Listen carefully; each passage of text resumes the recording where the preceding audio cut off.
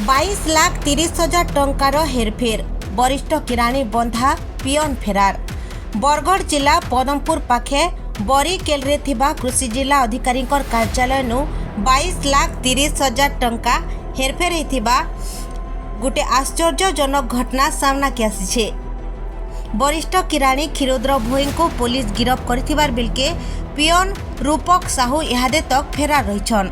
अभियोग अनुसार वरिष्ठ किराणी क्षीरोद्र भोई गला 11 जून रे 8,24,225 टंका और 22 जुलाई ने बिल नंबर 23 रे 14,60,010 टंका मोट 22,30,225 टंका पियन रूपक साहूकर HDFC बैंक अकाउंट के ट्रांसफर करथिले। पदमपुर सब ट्रेजरी असमंजस्य बाबदे सूचना मिलबार परे जिला कृषि अधिकारी प्रभास पंडा पदमपुर थाना रे लिखित अभियोग करथिले। तदंतुतारू पुलिस वरिष्ठ किराणी क्षीरोद्र भोई को तांकर कार्यालय बासभवन नु गिरफ्त करी कोर्ट चालान करिछे।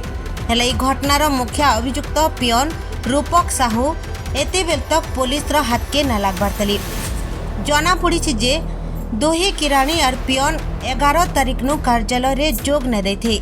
ई घटना बाबदे जिला कृषि अधिकारी प्रभास पंडा को जोगाजोग करागले से कैमरा आघारे कैंसी प्रतिक्रिया देबार लगी मना करथिले।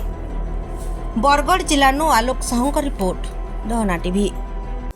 जदि आपण मानकु आमर वीडियो भल लागला बेले आमर चैनल के लाइक शेयर सब्सक्राइब करबार नहीं भूलबे।